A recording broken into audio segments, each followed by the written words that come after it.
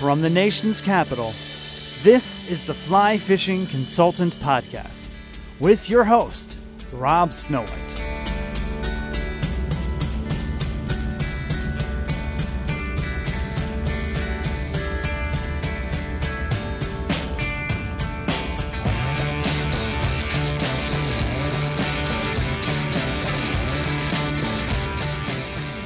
Thank you for downloading the Fly Fishing Consultant Podcast. This is Series 1, Episode 94. I sit down with Lance Egan to learn about his Rainbow Warrior fly and his background in competitive fly fishing. Basically, just knew he had a successful fly pattern. I wanted to learn the history about it, and we got over an hour of awesome, super fishy discussion. You can find Lance at a couple of upcoming winter shows if you're listening to this on time and not down the road. You can contact him through his social media that he mentions. And I want to mention that this podcast is being brought to you by Ayoba Yo Biltong. Biltong Brewers and Sausages. It is a local Northern Virginia company making traditional South African dried meats.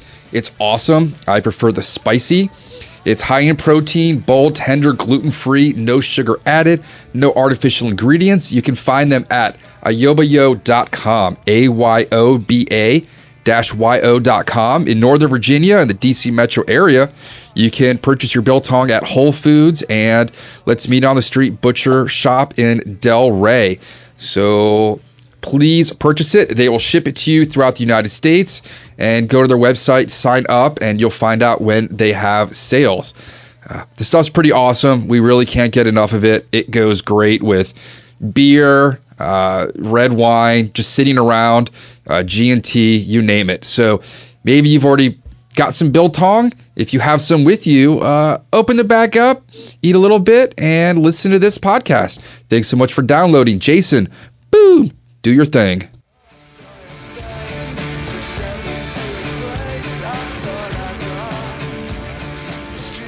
All right, so let's get this started. Lance, do you want to introduce yourself? Sure.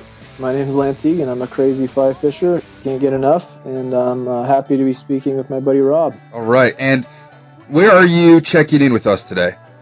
I'm in my home in Lehigh, Utah. How do we? I'm going to look that up on the map right now. Lehigh. I guess my reference would be Pennsylvania, but this is different. It is different. Yeah, this is a Utonics lesson, so it's just Lehi. Lehigh. There's actually a Lehigh. Oh, that pulled up the one to PA. Lehigh, Utah. Let's see. We're kind of almost right in the middle of Salt Lake City and Provo. What is Utah Lake? Utah Lake is, other than the Great Salt Lake, the second largest, I guess, to the Great Salt Lake, natural lake in the state. It's very shallow, quite warm, full of carp, catfish, has a few walleye, a few bass, perch, bluegill, that kind of stuff. Pretty cool. I've been doing a lot of reading about aquaculture, and apparently these are where they get the shrimps to feed a lot of the organisms grown around the world. The Great Salt Lake, have a lot of brine shrimp for sure. Yeah, crazy. Okay. So you're in Lehigh. Did you grow up out there? I grew up in Utah. Yes, I grew up in Taylorsville and Sandy, Utah, which are just, they're both about 30 and 20 minutes to the north of where I live currently. Okay. And you work at Cabela's? That's correct. Currently work at Cabela's in our Lehigh, Utah store. Okay. Lehigh, Utah store. So how far is that commute? Depends on traffic, about 6 to 8 minutes. Wow. And I'm guessing that's just a couple of miles?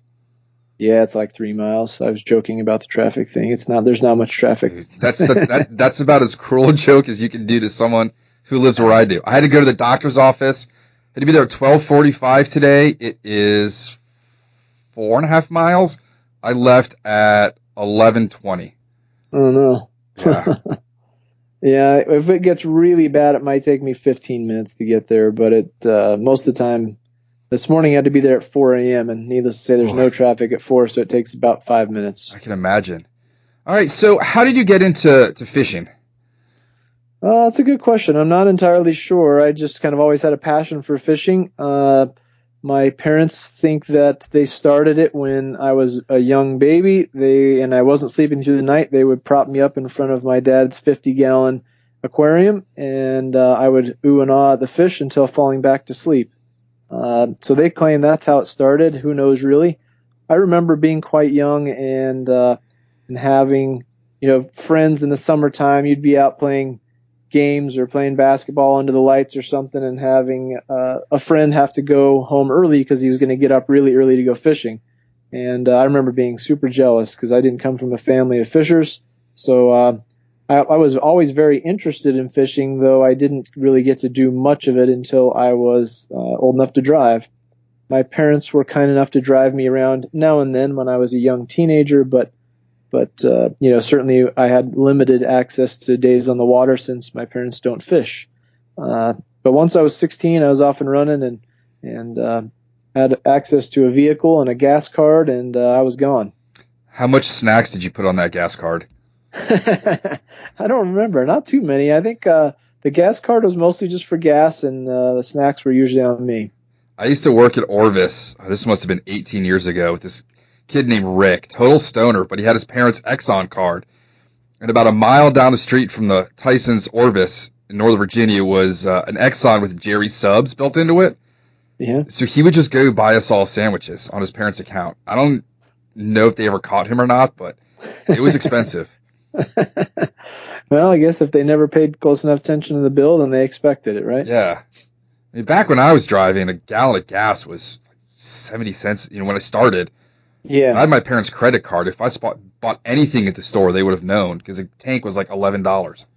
Yeah, it's crazy how much gas is now. I'm just old enough that when I was a young driver, when I was 16, 17, I remember gas being under a gallon or $1 a gallon as well. Yeah, the good old days. To those listeners that are twice my age, they'll laugh at that and go, "Oh yeah, we remember when it was so much less." But it's amazing how it wasn't very long ago. It was almost $5 a gallon. Yeah, I'm not complaining with 2+ right now. Driving up to Jersey next weekend.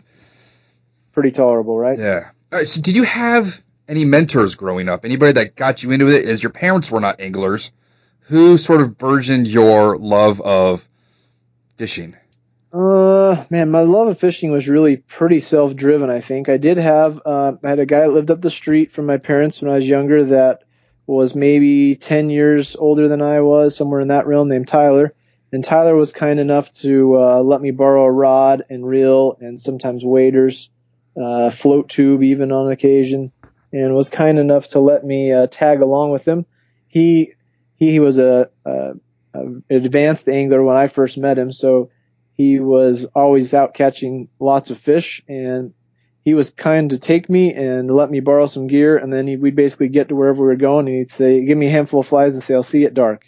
And so I was always, waiting at the truck for him to get back going, "Well, I think I saw a trout. I didn't catch any, but I think I saw one." And he'd come back saying, "Yeah, I caught 30, So I started off a little rough, but I definitely had some mentors along the way in the form of coworkers. I've worked in fly shops since I was in high school and have had access to not only coworkers, but also lots of highly skilled customers. A lot of the customers that frequent the fly shops are skilled at fly fishing and know their way around a lot of our local waters. And so I learned a lot from both my coworkers and from customers over the last almost 20 plus years. So what would be the timeline? What was the first shop you worked at? Take us through the whole job profile. So mid-90s, I'm unsure of exact years, but I think about 94 or somewhere in there, I started working at a shop called Willow Creek Outfitters in Draper, Utah. They are no longer in business, but Andrew Benson and Dave Cornell were the owners there, and they were kind to let a naive, very, very lacking skill-wise fly fisher work in their shop, and I honed a lot of my fly tying skills there, tied a lot of flies for the bins. At that time, I was working there part-time. I was also in high school and was tying flies for part of my work too. I tied for a local distributor. So I was tying lots and lots of flies, working mostly weekends and the occasional evening in the fly shop. And then around maybe, 2000 No, it wasn't 2000. 98 probably, 97, 98. I started working for Fish Tech in Salt Lake City. They are still in business. They run a great shop that's an all tackle store. So they have kind of half the building is fly fishing and half the building is, bass and trout and conventional type gear. I had lots of guys there that I could learn from. Mickey Anderson, Byron Gunderson, Jimmy Gunderson, Brian Jarvis, Nate Miller. I'm leaving people out here, but there was a bunch of guys that I learned an awful lot about, both trout in rivers and in lakes. And I forgot my buddy Roy Hawk, who's a professional bass angler. I learned a lot about fishing lakes from Roy, and the gang there for sure, upped my game overall just because I could talk to them and fish with them a little bit. I had a lot of fun working in that shop. And then about 2005, I started working for Cabela's, and I've been there ever since. Nice. And you get a pretty cool view of, you got some fish tanks in there, right? In Cabela's, we have some amazing fish tanks, yes. What is that, just torture being able to watch those all day? It's kind of like a strip club. It's like you can look, but you can't touch. Well, not that I wouldn't know. I wouldn't either, but I do enjoy the aquariums there. They're kind of fun. They have, fictitious, almost synthetically sized fish, if that makes sense. We have some rainbows that are 20-pound rainbows in the aquariums that they're kind of fun to look at, but they're also just mutants. They don't quite look like a clean stream bred trout, but they are fun to watch their behavior and how they react to incoming storms and barometric pressure changes. I don't notice that the trout do much change, but the walleye in particular will really park on the bottom when we get drastic changes in weather or barometric pressure. Those walleye just park, where the trout tend to be pretty active. They tend to cruise around always looking for food. But it is fun to take a look at. I don't spend too much time in there because usually I have plenty of things to occupy my time at work, but now and then I'll peek in and have a look. And you haven't seen the videos of the kids jumping in? No, I haven't seen any videos of kids jumping in. Google it. I think it's mostly Bass Pro. Kids jumping in Bass Pro fish tank. It pops up. We have a tiny pond at the base of our mountain in our store that I suppose you could jump in, but you'd have to jump in and sprint for the door because That's what these kids do, is they jump in, someone's filming them in like the men's department, and then they climb out and just run, and there's they'd be pretty easy to track down. There's a trail of water behind them. Yeah, they'd get in trouble in our store. I suppose that wouldn't keep anybody from doing it, but we have a pretty elaborate camera system. We'd probably track you down and have the Lehigh PD knock on your door after you did something smart like that. The worst that's happened to my aquarium is my neighbor's kid dumped about a year's worth of dry flake food in there in one day. Oh, yikes. It was like pea soup. It was disgusting. I'm sure. The shrimp went crazy and they ate most of it. Nice. Yeah, I've never seen shrimp happier. The Gammarus scuds. When you give them flake fish food, they come out of like the crevices and nooks and crannies, and they'll sit there and eat a whole flake. They just go nuts. Yeah. Interesting. Do you get to watch the fish eat and feed and think, all right, maybe I'm going to try a streamer that's shaped like this, or the way the fish come up to swallow something, it might change how I don't know, the hook, the way the fly's tied. You get any creative ideas at all? I don't too much. If you could swim a fly through there, you probably could get stuff like that. But it's so synthetic as far as, we used to feed them live goldfish, so they got really acclimated to orange coloration, right? And we now feed them mostly worms, pellets, and live trout fry, so they don't get so dialed into the orange. But it used to be the orange goldfish. You could take like a butterscotch orange wrapper, tie it to a string, and hold it about a foot over the water, and they'd leap out after. Wow. It didn't even have to hit the water. They were so conditioned to that orange color. But so it's not very realistic, but it is interesting to watch them eat. Watch how they eat a minnow, like the small trout that we throw in there. The medium-sized, aquarium residents will T-bone the trout and then reposition it so that they eat it head first. The larger, the 15, 20-pound fish, they'll just eat them whole. They don't seem to, mess with it too much. Head first? They always eat it head first, but they just kind of suck the whole thing in, and they seem to, where the bass will creep up to stuff and inhale them, the trout kind of swim through them, if that makes sense. I'm sure that they're flushing some water through their gills, but they don't do as much. They don't seem to engulf. Yeah, they don't seem to vacuum it in as much as the bass do. The pike will sometimes vacuum in quite a bit as well. Cool. Yeah, they're good fun. Yeah, it's not a bad way to have just some visual, some pets at work, if you will. So with the orange, I've been meaning, for years ago I was tying up orange woolly buggers and little orange clousers, because we've got goldfish all around the Potomac. I'm not sure if things eat them, but I've never seen anything smaller than maybe 10 inches. So I don't know if the juveniles get consumed easily, but I don't know either. I know I used to guide a little bit on a private piece of water that was just a small pond, spring-fed pond, and there was a neighboring property that had some of the springs also that raised tropical fish. And so when we'd get a ton of rain, some of the outflow channels and things would overflow, and we'd get a few goldfish and a few guppies and even the odd Oscar we'd catch in the ponds where we were fishing. But we used to throw a fly there we called the beadhead goldfish, which was just basically an orange beadhead bugger, sort of a sparkly bugger, and the fish would go crazy over it. That sounds like fun. All right, so let's get into some of the meat and the bones of the topics here. So people may know you as the competitive fly angler. So I want to talk, I only know what I read about in Fly Fisherman. So if you want to go over how you got into competitive fly fishing, and then I've got some questions that'll probably arise from that. So how did you become sort of like into the European style of competition? So the European style of competition was more or less dictated by the international rules that govern the World Fly Fishing Championships. So FIPS-MOOSH is the organizing body over that championship, over the World Championships. And the rules therein make it so that you can't add anything to the leader that would float or sink the leader other than a fly. So European style nymphing came about to make it so you could still fish nymphs, but just without any weight, no sinkers added to the leader, and without a strike indicator. So they've adapted it to make weighted flies instead of weight, and we use mostly colored monofilaments, or what we call cider material, that we build into the leader as our strike indicator.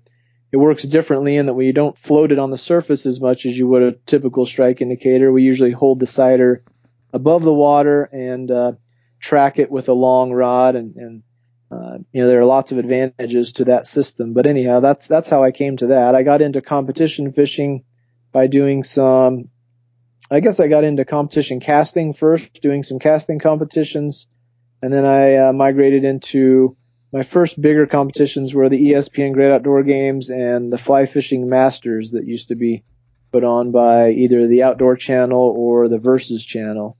Those were kind of the first big competitions I did. And then in the process of doing some of those events, I competed against people that were at the time on Fly Fishing Team USA, the team that I'd never heard of at that point. And one time I beat one of the guys that was on the current Team USA, and they were looking to change the way that Team USA was selected or how it was made. So at the time, the team that represented our country in the World Championships was just kind of a good old boys network, a bunch of cronies that had the funds necessary to go overseas and pay their way and have fun fishing, but not do very well in the championships because they were fly fishers, but they weren't necessarily highly skilled fly fishers. So they were consistently doing quite poorly in the World Championships, near the bottom of 20 plus 25 to 30 countries.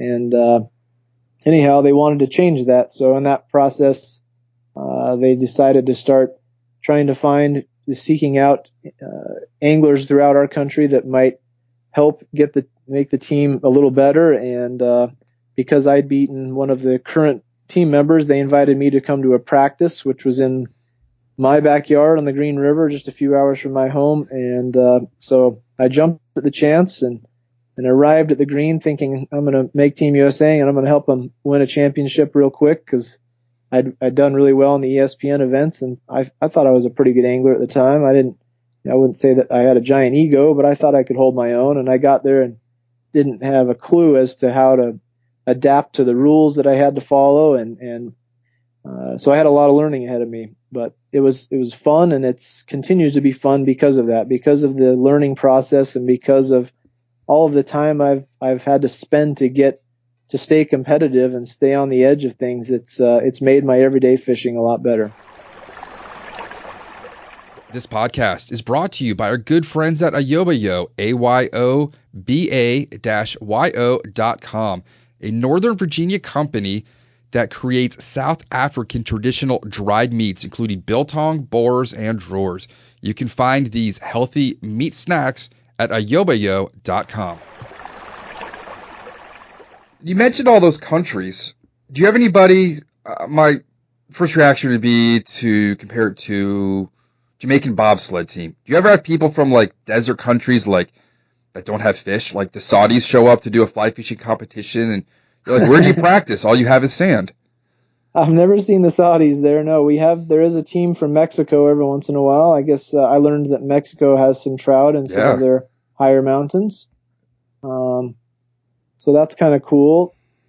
Otherwise, I'm trying to think of other countries that participate that don't really have trout fishing.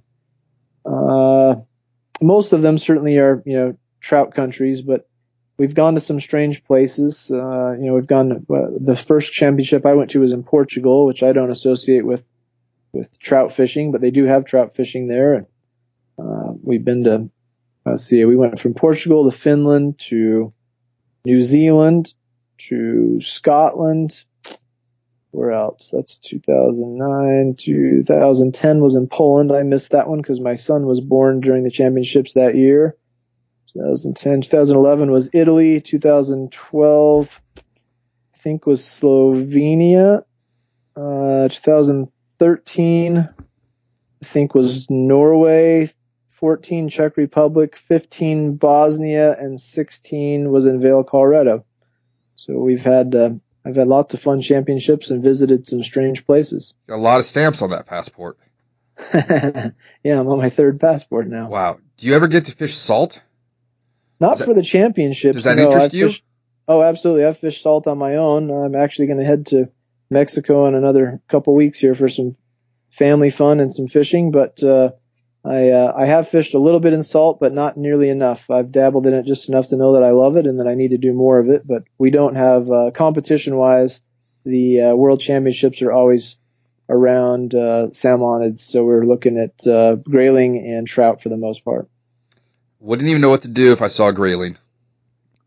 Never seen they're one. much like trout. They're just, small mouth. cousin. Yeah, a little smaller mouth than trout, but they like dry flies. They take nymphs well. A little tougher to get on streamers, but they will take streamers. So you mentioned dries. Is competitive fly fishing for Fipsmoosh? Yep. Is it only nymphs, or are people using buggers? Any dries in there? It seems to be all what I would, quote unquote, check nymphs.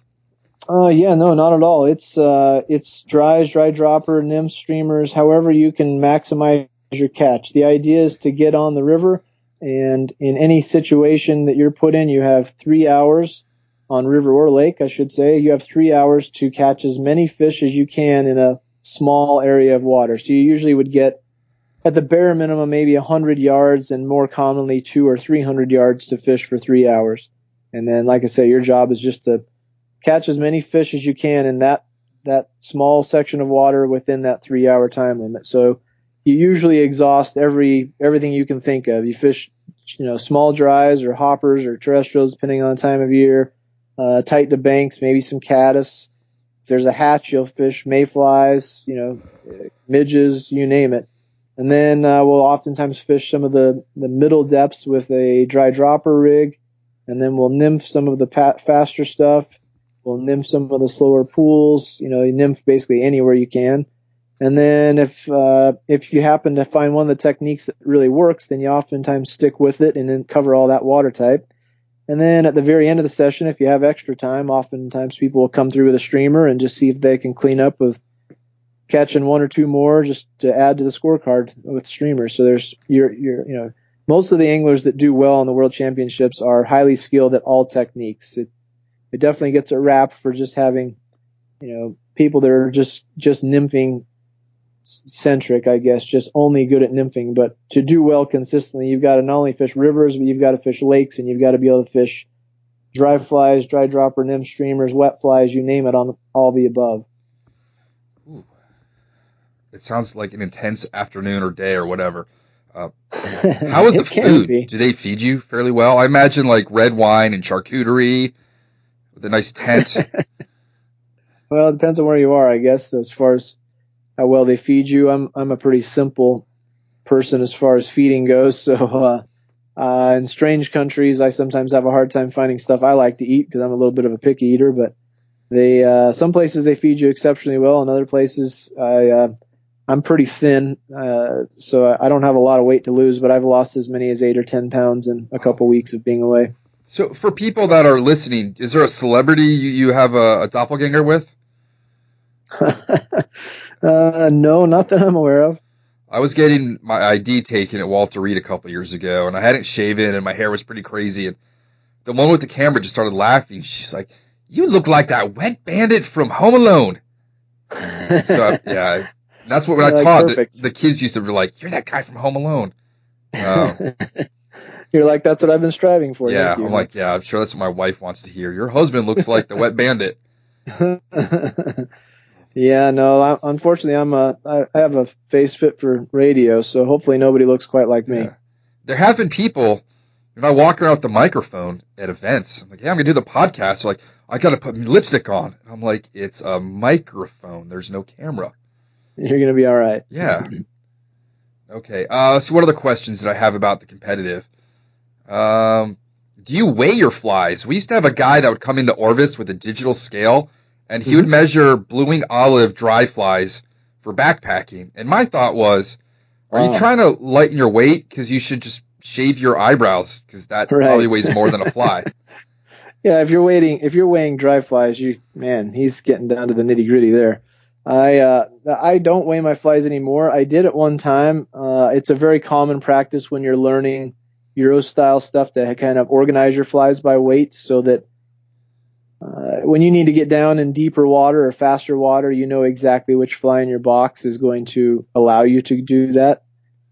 After a while, you kind of get your confidence flies and you tie them with different size beads, or since I'm tying all my own flies, I know exactly, based on where I put them in the box or which size bead they have, how thick the body might be. I can kind of tell whether they're heavy or light. Usually I have my confidence flies with 2 or 3 different bead sizes, so I can just adapt weights based on that bead size.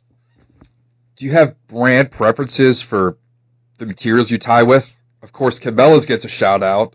Other stuff that you prefer? Stuff that you might not even be able to get in America? Do you use like some obscure European hook? No, you can get it all in America. There are some obscure European hooks. My favorite Nymph hooks are the Hanik hooks, which are a Czech-made product. They're now getting some of their hooks made, I believe, in Japan, but they were originally Czech-made. They're a competition style of hook. They're available in the U.S. in both Hanik brand and also under the Umpqua competition label. So Umpqua is kind of a distributor for them, so you can get them pretty readily. That's my go-to Nymph hook for sure. They have long points. They're chemically sharpened. A lot of them are upturned points too. So although they're barbless, they hold fish quite well. I really like barbless flies for both competition purposes and my own fishing, just because it takes the hook out so much easier. It's $100 copay for me to go to the hospital. I just wish there were more hooks available barbless. I use a lot of the Sabre barbless hooks, and I still haven't caught anything on the OPST swing hooks for steelhead, but that hook is just fiercely sharp and barbless on purpose. Mm-hmm. Yeah, I'm with you. I like barbless, and I wish there were a few more options in them. The European market seems to really gravitate around, let's say, size 10 through about 14 size flies. 16's a little bit, but you don't find a lot of the really quality competition hooks in anything smaller than a 16. And I wish that there were a few more Nymph hooks for some of our smaller, fly patterns for technical fish or really clear tailwater fisheries, that sort of a thing. I'd like to have some really nice 18, 20, 22. I don't get smaller than 22 very often, but 18s and 20s, especially through the winter. I wish I had some better hooks for that purpose that are barbless. What about your beads? Are you using glass, metal, different varieties of beads? So tungsten, brass, tin? Yeah, pretty much always tungsten. With Euro nymphing, you're always adding the weight into your flies, so you're going to almost always want extra weight. So tungsten beads. I use a lot of the jig hooks, so I use a lot of slotted tungsten beads rather than counter drilled. The slotted tend to be a little bit heavier than the drilled beads, and then they're necessary to go over the 60-degree bends on the jig hooks. Any type of materials you prefer more than others? No, not really. I just depends on the fly. There are lots of materials available. All of them are pretty good. I tie with a lot of hairline products, a lot of Wapsi products, some Umpqua products or Mets. Whiting, of course, has great products. There's so many. Most of the stuff that's out there now is quality stuff. It's hard to just pick one. And for those listening, if you didn't check my Twitter feed in November when I was steelhead fishing, Spirit River has been acquired by Hairline. So I don't know if they're going to still use the UV2 or what, but Darian said they're going to be carrying Spirit River stuff now. Yeah, that's been my understanding too. I haven't looked into it too much, but the correspondence I got from Airline was that they're in a transition stage, but I think they're looking to carry over at least all their popular products. There's always a chance that slow movers are going to go away, but that's to be expected. Right. I do love that Hairline catalog when it comes. That's a good one. It's nuts. Yeah, mine is just dog-eared and taped pages and circles and highlighters. All right, let's talk about what's your rod setup, your rod reel line for competitive and your non-competitive. If you're just going out to your local streams and looking on the map, looks like there's plenty of water near you. Yeah, there's quite a few little streams around. We don't have a lot of big rivers, but we have quite a few lakes and lots of small to medium-sized rivers and streams. So typical, I guess, is, like most places, I use different rods for different techniques and different applications. If I'm fishing lakes for trout, I usually use a 10-foot 6-weight. I've been using the Sage 1 for years now. I'm hoping to get one of the new X's in the near future, but so far I've just got a 10-foot 6-weight 1 that I really enjoy on the lakes. On rivers, I'm mostly fishing the new Sage ESN in a 10-foot 3-weight. I use that for nymphing, for dry dropper, and even for small dries. I really, really like that rod. It's become a favorite of mine. When I'm float fishing from the drift boat or the flycraft, I'm usually... You got a flycraft? I do, yeah. Oh my gosh, I want one of those so bad. Yeah, they're good fun. Yeah, my wife would not let me have another boat. It is hard to convince them you need one more boat when you already have one, right? Oh, and a canoe. For sure, yeah. I think the squirrels live in it. It's behind our shed. Well, they need shelter. Yeah. Well, yeah, the flycraft is fun. I use it more than my drift boat for sure. I have, rivers that are easily floatable on the flycraft much closer to me, 20 minutes away instead of 2 to 3 hours away. So, for the drift boat in a river, we've got a little longer drive. But if I'm in either of the boats fishing for trout, then I'm usually on a little bit larger river. I'm usually throwing more like a 10-foot 4-weight or a 9-foot 5-weight. I tend to, my favorites are generally Sage rods. I've been a Sage fan for maybe close to almost 20 years, I suppose. They just seem to make the best rods, in my opinion, consistently. That's not to say there aren't other good rods in the market, because there are. But they've been my faves, and until somebody makes something that I like better, they'll probably continue to make my favorite rods. All right. What about your reels? What are you going to hold your line? I'm not too particular there. I mostly fish Lamson and Ross reels, but I've mixed in a few others over the years. But most of the time, I'm fishing Lamson speedsters or light speeds. They're super light. Definitely overkill for trout. Out west, people definitely like the Ross and the Lamson, I've noticed. Just solid bang for your buck reels. Sure. All right. Yep, and then very popular. Do you do a lot of bobber fishing? I don't do very much anymore. I used to. Once I learned the European style nymphing, it's hard to go back. Once you understand some of the handicaps of indicators, I won't say that I never do, because I do, but only when I feel it's an advantage. So I fish indicators from a drift boat sometimes. On larger rivers, you can fish out ahead of the boat quite a ways farther than you can with the Euro rig.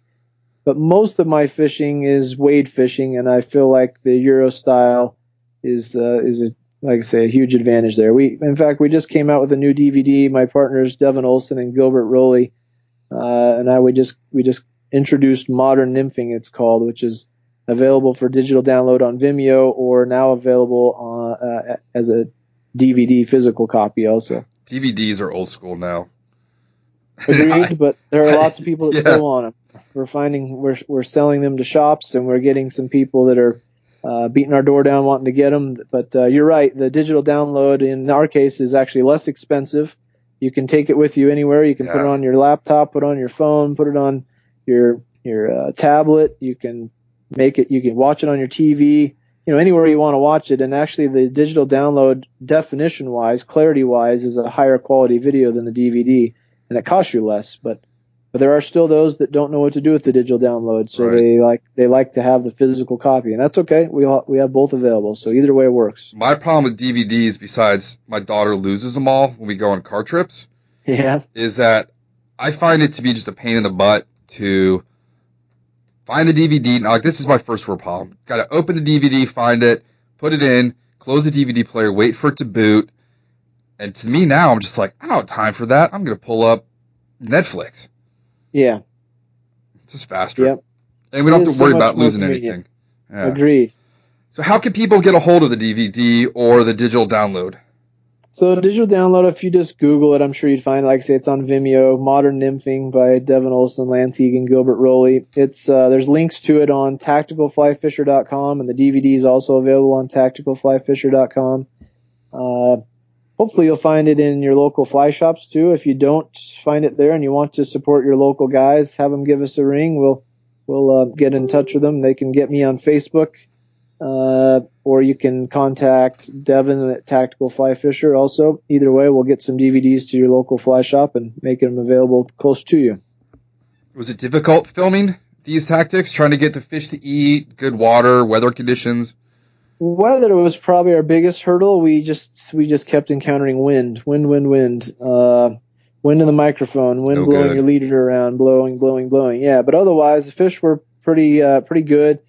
I think we're blessed with. We had Devin and I doing the hosting the video, if you will, and Gilbert and a couple other folks doing the videography.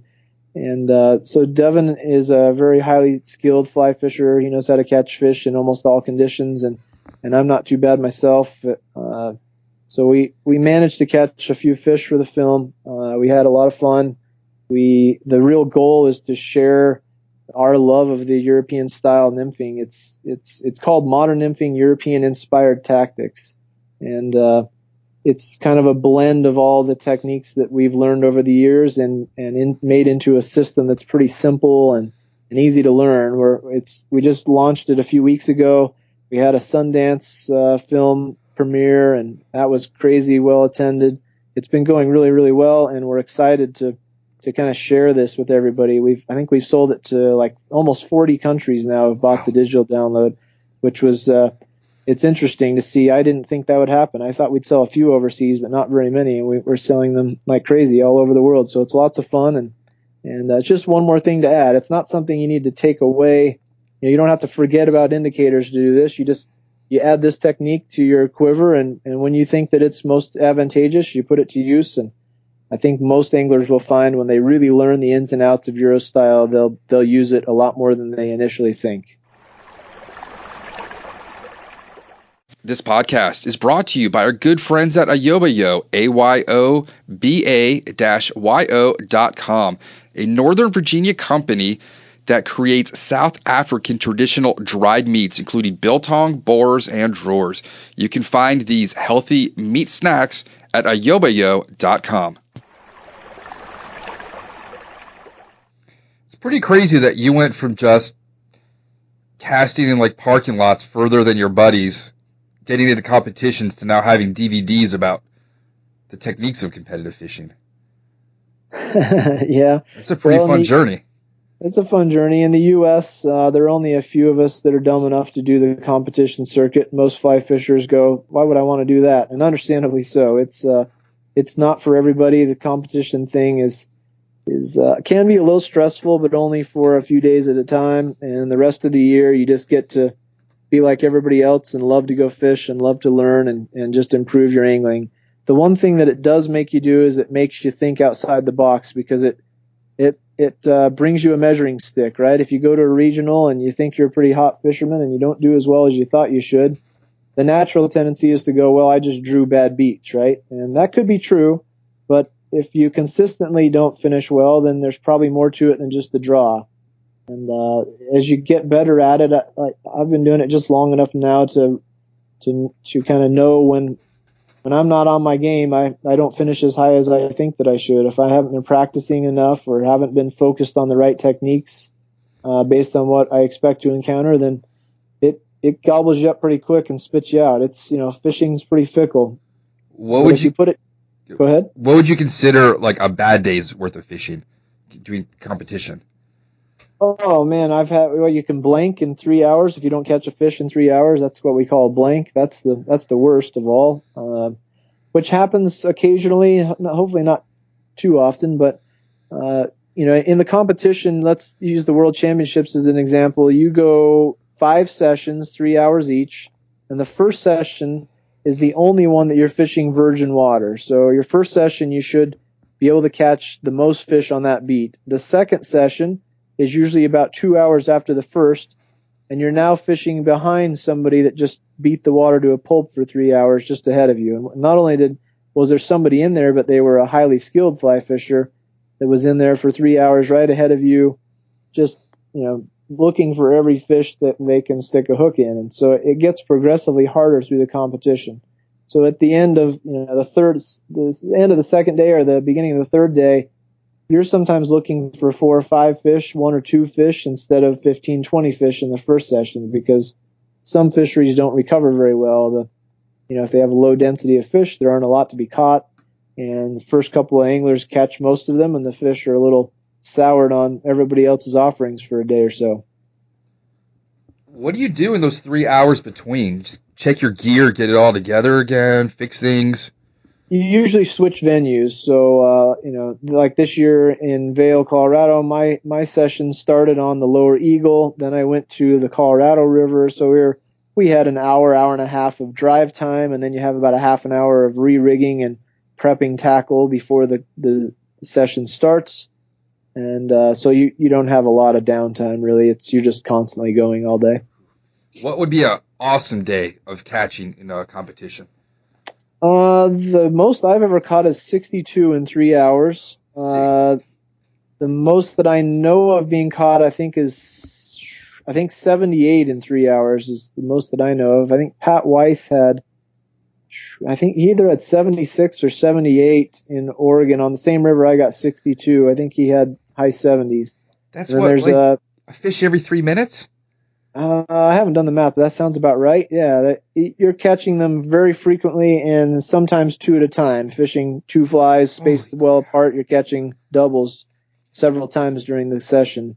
The thing that's the most amazing part about that to me is not just catching that number of fish, because part of that is, of course, the fishery, right? You got to have crazy high numbers of fish and mostly small fish to allow it to even happen, right?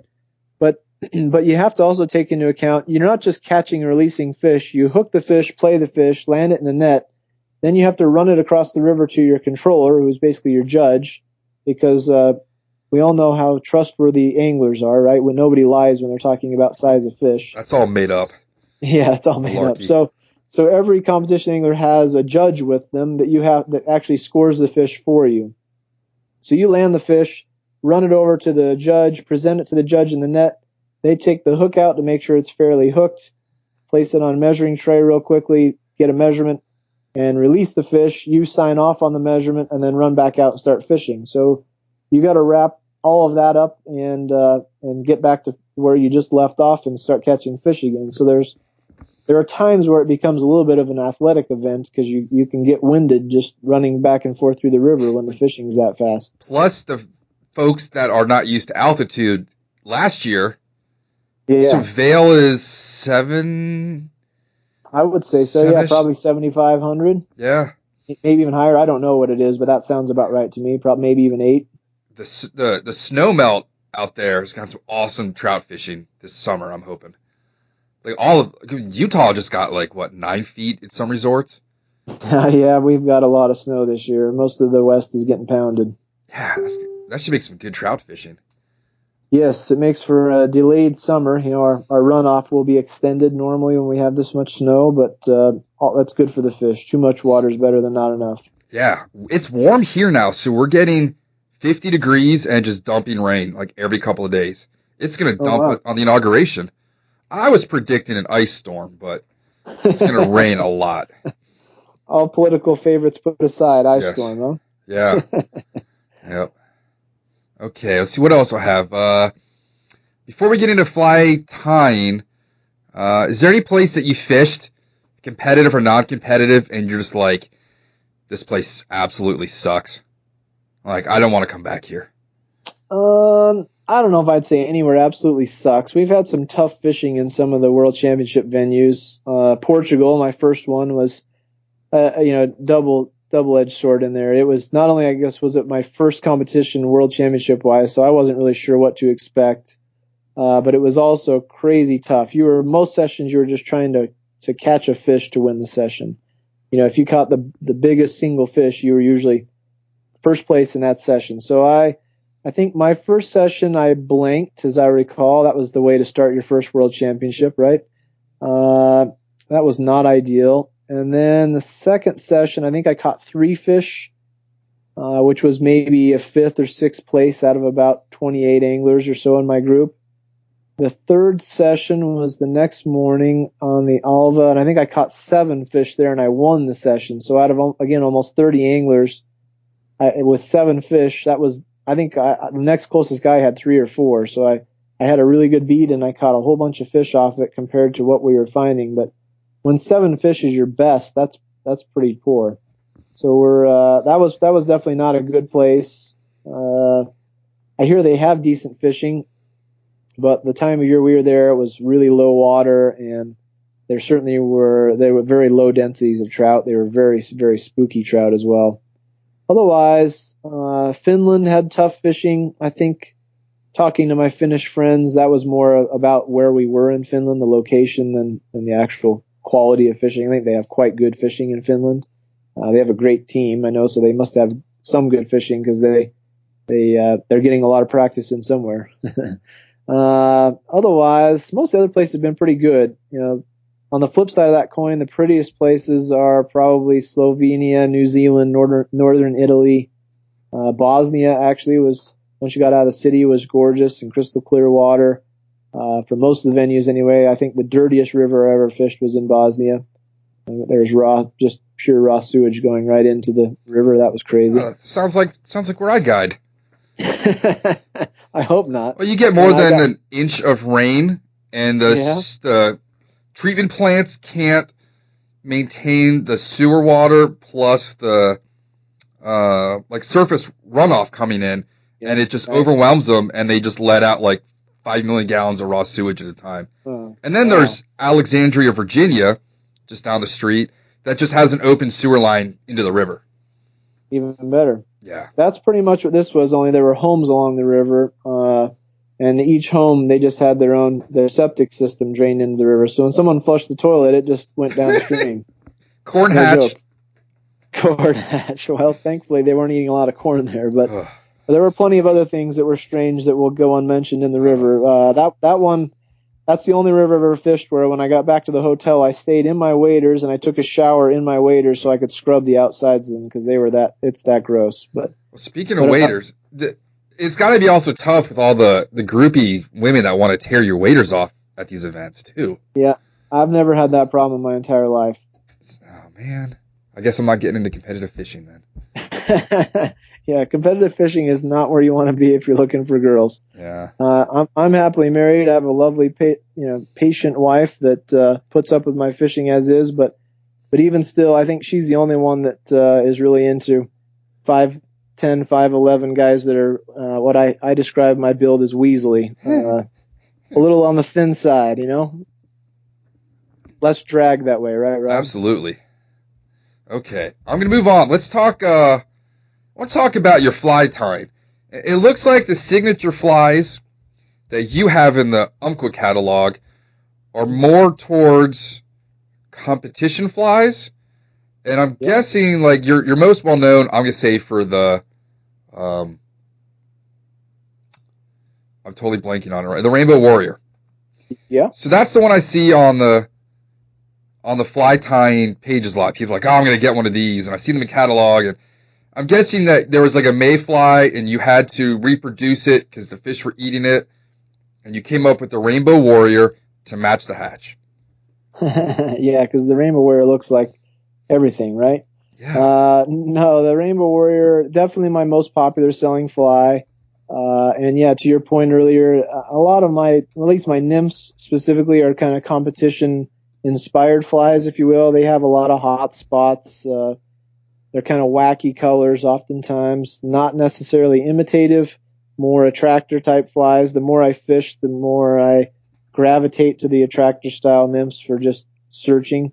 There's always a time and a place for really imitative stuff, but generally speaking, we catch a lot more of our fish on attractors. But anyway, the Rainbow Warrior I wish I could tell you it started out as just a genius thought that I had that I was going to put all these things together. It was really more of a mistake. I tie flies just about every night before I go fishing, and usually I tie everything that I know I'm going to need first. And once I get those done, if I am still not tired or have a little more time, then I might tie a few of what I call try-me flies. I oftentimes tie 3 of this or 4 of that, and crazy colors or just a new twist on an old pattern just to try it out, see what the fish like and don't like. And that fly, the Rainbow Warrior, was one of those. I tied it late one night, stuck it in the box, went fishing the next day, never even got it out. I'm not exactly sure how long it stayed in my box, but I think around a year and a half. I was on the Provo River, which is my home water, the closest river to where I live, and the fish were feeding pretty heavily, mostly on nymphs. It was late winter, early spring time frame, and I was catching the odd fish, but not as many as I thought I should based on the activity level of the fish. So I cycled through all my regular confidence patterns and caught a few fish, but I think I was up to about 7 or 8 fish when I'd gone through all my regular flies and started trying out the try-me flies. And I got to the Rainbow Warrior, put it on. I'd never fished it before, and I went from about an 8-fish day to a 40-fish day in almost 2 hours. So it just went crazy for me, and I was working at Fish Tech at the time, and I came back to the guys there and told them how that fly had just changed my world that day. And they, they're kind of they're tenured fly fishing and fishing shop employees that have heard every story under the sun about silver bullet flies, right? So they're I'm sure it works great. And they were kind, they were patient with me and listened to my rant about how great the fly was. And I fished it again a few days later and just had the same success. The fish just couldn't leave it alone. And so Mickey Anderson, my buddy at Fish Tech, who was feeling in a moment of patience with his employee, was feeling bad, I'm sure, and said, all right, I got to get this guy to quit talking about this Rainbow Warrior, so I'm just going to let him tie a few. So he encouraged me to tie a couple dozen. He said, why don't you tie a couple dozen? We'll throw them in the bins. We'll sell them to some customers, tell them your experience with them, and we'll see how they do. And if they do well with them and they want more, then we'll have you tie some more. And so we did that process, and I think that over the next year I tied 133 dozen of them for the shop. I just couldn't keep up. So we ended up talking to our Umpqua sales rep at the time. His name's Van Rollo, and Van we said we want to have these flies custom ordered from Umpqua. So Umpqua has their catalog patterns, and then you can also, as a retailer, if you order a minimum amount, you can have them tie just about any pattern you like, right? So we were going to have him do this custom fly for our store. And he said, well, how many do you think you'll sell? And when we told him the numbers we'd sold the previous year, he said, well, shoot, if you're selling that many, we ought to just stick them in the catalog. So he went through the process for me of getting all that taken care of. And I ended up getting my first fly in the Umpqua catalog and sold them there. The fly just kind of sat for a couple of years. As I think you've seen, it doesn't have a lot of what we in the industry call bin appeal, right? Whiskers, eyes, exactly 6 legs and 3 tail fibers. You nailed it.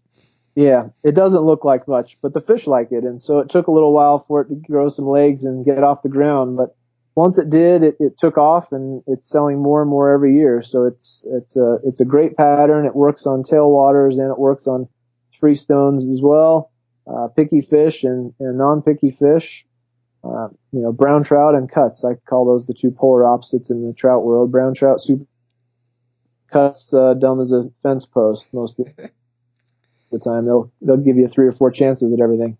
But anyhow, it works really well and was totally a mistake. But it's been a great fly. Yeah, a lot of your flies don't have those additions. There was like Walter Weesey we had on a couple years ago, and he had the 6 tenets of fly tying about just. You don't need all that extraneous stuff. Like, bin appeal sells, but my foam mouse is just a body and a tail. There's no whiskers. Yeah. There's no ears. I tell people, what does the bottom of your bacon cheeseburger look like? The bun. Right. It can say "F you, customer." They would never know. Just like I don't know what the top of flying birds look like. I see the bellies. Sure. I think you're exactly right. I'm amazed every year at how many customers come in, usually during the blue-wing olive hatch, and they won't buy any parachute flies because they say the fish won't eat them because they have a white wing, and the naturals are more of a gray wing. You're going, well, that's true. The naturals do have a gray wing, but I think you'll find they'll eat a parachute really, really well, and it's easier for you to see. I fish, I don't know about you, Rob, but almost all my mayfly imitations, as far as on the surface go, I tend to favor the parachute style. Anyhow, we always get some customers that just will not, they're adamant, the fish won't eat it. And I'm going, well, I don't think they jump out of the water, look at the top of the fly, and then land on it, but maybe your fish do. I'm not sure.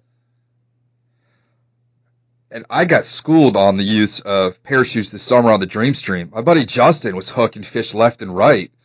I only had a couple on me, but once I switched them up, I wish I had a tying kit with me out there, because then a couple days later, at my in-laws, 2 blocks from their house, they're trout rising every afternoon, and I had maybe 3 left. Oh, no. Man, I'm not going back out west without a bunch of them. I never tied a parachute, never needed to, and now I'm like, I need to start tying them. Yeah, they're my favorite way to imitate mayflies. They kind of, with the tail and the hackle, they sit flush with the surface, so you get a nice silhouette of the body. They ride with the wing up every single time, and they're easy to see, and they're really not that bad to tie. Learning to tie the parachute, the hackle specifically around the parachute wing, is a little bit of a challenge when you're a new fly tyer, but most people handle it pretty quick. Lots of YouTube videos out to help with that now. Do you get a shirt that says I'm a Umpqua signature tyer? I don't have one that says I'm an Umpqua signature tyer. They sent me like a pin-on, a name badge that says that. I think it says signature fly designer Lance Egan, something like that. There you go. Yeah, it's it makes me feel pretty cool. Yeah. Your wife's at cocktail party. She's like, my husband is a signature tyer with Umpqua. Yeah, and people go, what's Umpqua again? Yeah.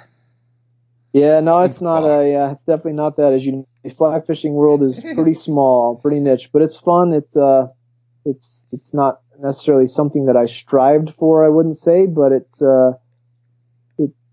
kind of fun actually to think about flies and think about presenting new creations to the fish, and also presenting them to fishermen, and trying to find the perfect mix of something that someone will buy and try, but more importantly, that will catch fish. That's my new dragonfly I'm working on. I'm going to reveal it at the Somerset show next week. Nice. I came up with it falling asleep one night. I was like, I have to go tie it, or I got to go draw it. So there are nights where I get up out of bed at like 11:30, where I'm just sitting there, just pondering like a bug or something, and then I've got to come down here and just tie it. absolutely. I do that when I'm at work too. I'll have this thought about be talking to a customer about a particular material or something, and a thought will pop in my head, and I'll grab my phone and jump into my notes and just type in some notes, saying I got to add this material to this particular fly and try that out. And then it's in my fly tying list. Do you have a preference for the colors you throw in on the hot spots? Red is probably first and foremost of my flies, maybe followed by pink. But I like, Frenchies. I like with UV shrimp pink from Hairline or UV pink from Hairline, little hot spots. Those work really well. My red dart has the UV pink. My Frenchie, the UV shrimp pink. Red dart has a red tail, so we're back to that red. The Surveyor and the Rainbow Warrior kind of have the red thread hot spot behind the bead. Those would be my go-tos. I do like orange and chartreuse as well as far as spots go, but I tend towards the pink and the red more commonly. How'd you come up with the name Rainbow Warrior, other than that it's got kind of a rainbow iridescence to it? And it's a simple fly. There's 3 ingredients. Yeah, it's really simple. That's kind of one of the hallmarks of my flies too. I don't like to make them too terribly difficult, mostly because I'm tying them late at night oftentimes before I want to fish, and I don't want to have to spend a half an hour per fly, and also because I have a tendency to be leery of throwing my flies right where I need to get them, near the bottom, near the banks, near overhangs, if they take me an hour apiece. If I can whip them up in 3 or 4 minutes, it doesn't bother me so much to lose one. Yeah, that's like I got to be able to get them where the fish live. That's like the equivalent of making like a huge, 5-course dinner and then just like throw it in the trash can. Right. Yeah, the naming of the Rainbow Warrior, I'm a little bit unsure. I should know that, but I think that when I was tying it at first, my friend Michael White, Whitey, we call him out here, I think we were bouncing ideas back and forth in the car, maybe driving one day, and as I recall, we came up with that one. I think it's, the University of Hawaii football team they call the Rainbow Warriors. And it's kind of rainbow colored. It uses WAPSI rainbow South Scud dubbing. It's flashy. I couldn't tell you much more about it other than that name just stuck. It works for more than just rainbow trout. A lot of people ask me that. Does it work for browns too? Yeah, that's mostly what I catch on it, but rainbows will eat it too. Sure, carp gobble it up. I don't know if I've ever caught a carp on it. They probably would, but I've never tried it. At least not that I recall. Yeah, I mean, the ones here in the Sino Canal, well, it's drained of water right now. And also, they found a huge cache of guns there like a week and a half ago. Right at like the big fishing spot, Fletcher's Cove. So for those listening around here that know the spot and didn't hear the story, someone was walking along the canal and looks down and sees a violin case. She's like, oh, that's curious. What's in it? She goes and opens it, and it's got like 2 broken down rifles. Oh, wow. She calls the cops. They scour the area. They found, I think the quote was buckets of like guns and like duffel bags of rifles. Oh, wow. Which is weird. That is strange. Yeah. All right. Let's see. Rainbow Warrior. Oh, so I was saying the carp in the canal. So they drained it now. But they eat, like a size 10 flashback hare's ear. Mm-hmm. They can be in the middle of the column, not even like feeding, and they'll slurp it in. So I'm sure the Rainbow Warrior, because that water is like duty brown. It's like the Bosnian water. They just need to see it. Yeah, for us to see it. Yeah. And those carp run big. I'd tie it larger than most shops probably carry it. I sometimes fish in like size 12s. More again for trout, but I don't want to confuse people. I more commonly fish it in 16s and 18s, but occasionally I'll fish it up to about a size 12 in lakes and things as a chronomid or that sort of application. But if I were going to chase carp with it, I'd tie it big, 10 or 12 probably. Okay. Did you catch anything just bizarre on it? Anything as odd bycatch? I don't remember catching an odd bycatch on a Rainbow Warrior. No, I don't. I've caught some strange stuff over the years, some frogs. I hooked into a water ouzel in the river one time. Are those the ones that dive down?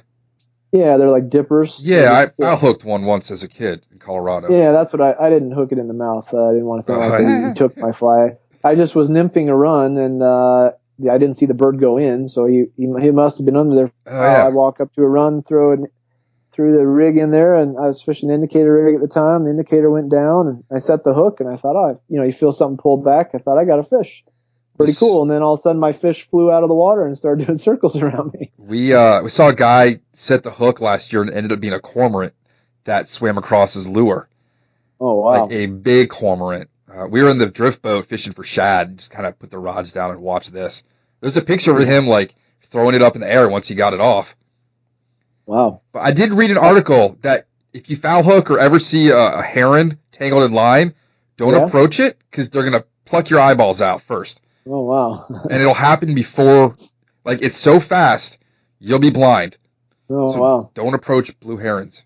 Don't get to the heron. I did hook I was fishing in Cabo one time, and I had a pelican dive bomb my fly, so I hooked it in the mouth, and the Mexican guide was cursing at me while I landed it on a 9-weight, pulled the bird all the way into the boat, and those things get aggressive. It started snapping its beak and making crazy noises, and then the guide did a crazy trick where he put one hand to the right of it, shaking, moving his fingers to get its attention, and put his other hand over a towel and slowly, very slowly moved it towards the bird until he got within striking distance. Then with the towel, he reached out and grabbed around the beak, and then the bird thrashed for a minute, and he just held it by the beak until it stopped thrashing. Then he carefully extracted the hook and let the bird go. And I don't think that pelican, it didn't fly away. It swam away when he let it go. And it swam probably, 50 or 60 yards and never took its eyes off the boat as it swam away. Give you the stink eye? Oh, totally the stink eye. The thing that I thought of was I just felt like, the UFO guys in the U.S. Or anywhere in the world for that matter that come back and say they were probed by aliens. I can just see that's what that pelican did. He just came back to his buddies. He's like, that boat over there just probed me, prodded me, poked me with something, and then let me go. I'm going to use that method of with the hand over here and the towel over here tonight when we've got to change out my daughter's infected ear piercing. It took 2 grown-ups to hold down like a 35-pound 5-year-old this morning. Oh, no. That poor little gal. Yeah. And then it was over. She's like, that wasn't so bad. And I'm like, yeah, see, I told you. Yes, it was. All right. Coming up on the last question, the mop fly, it's been around for years. I know you've got a video on it, but every day on Facebook, it's usually fly tying patterns and videos. I see, say, 10 pictures either of people tying different varieties or the mop nubs that they've found in stores. It's just like blown up. It's like people just discovered the mop fly since Thanksgiving. Yeah, interesting. I see it occasionally on my feed, but not too often. It had a little bit of, seems like around, Thanksgiving to Christmas time, it was getting a lot of love, but I haven't seen it so much lately. But anyhow, it's a fly I've used a little bit in competitions and on my fun fishing as well. It has its days here and there where it's worked okay. I did a Facebook rant that you could go look about it a while back. I'd read some articles about it that I thought were totally not true, so I had to at least give my opinion on the matter. It was reported that the mop you can just throw in the water, and even if there's no trout for 20 yards around your fly, they just naturally know that it's there and they gravitate to it basically and come out of the woodwork to eat the fly. And if I could find a fly like that, I wouldn't need to practice competition fishing anymore. I could just use that fly. But heck yeah. The truth of the matter is no such fly exists, right? You still have to present the fly properly in the right water type, get it to the right depth or drift it in the right lane on the surface, and all of the other things with every other fly still apply to the mop. So I went on a bit of a rant about it because I was a little tired of everybody saying all you have to do is have this fly and you catch every fish in the river. It got second place in the Healing Waters 2-fly tournament last year. Did it? All right. Yep. It certainly has a time and place. We've had some days. We had a day while we were filming for our DVD where we were catching fish but not very fast, and maybe 2/3 of the way into the day, Devin tried one, and all of a sudden the fish really liked it. So it certainly has had days where it's worked well for me, but it's also had lots of days where it didn't work at all. Story of my life. Yeah, just like every other fly, right? Yeah. I don't know, maybe it was Tim Flagler doing the Orvis video that made it popular, but yeah, it's definitely been in the press. I'll have to check that one out. I haven't seen Tim's video on the mop. Yeah, I still haven't gotten him on the podcast. Maybe I'll try and do that at Somerset this year. I want him to tie my damselfly because he gets more views than I ever will. He definitely gets a lot of views. He does a great job with his videos. Absolutely. All right. Anything else you want to discuss? Kind of right through the gamut. Where can we find you on social media? I'm on Instagram at Lance Egan Fly Fishing, and just on Facebook under my name, Lance Egan, Egan. Fantastic. If you could have a superpower to make you a better angler, what would you take? Superpower for a better angler, I'd probably take flying. I could just I could hover over the water. Takes away places I can't wade. I could get a bird's eye view of trout in a run, or bonefish on a flat, or rooster fish in the surf, or on and on and on. I think flying would be my superpower. If you gave me one, that'd probably be it. I was wondering about being Spider-Man because you would never run out of tippet material. Yeah, I wonder if he could. He can dictate strength to diameter. That'd be something. Yeah. That'd be interesting. Like, I'm going to shoot out a Skagit head from my... There it goes. That would be cool. Fantastic. Well, I think that answers all my questions from just seeing your fly and wanting to get your story about it and the story about you. Cool. Well, thanks for the opportunity, Rob. Absolutely. Thanks so much. Have a great night. All right, dude. Take care. Thanks again. See you. Thank you for joining us for the Fly Fishing Consultant Podcast. For more information or to contact Rob, please go to www.robsnowhite.com. And if you lack the strength of your own, honey, hold out your hands and take it from an old man.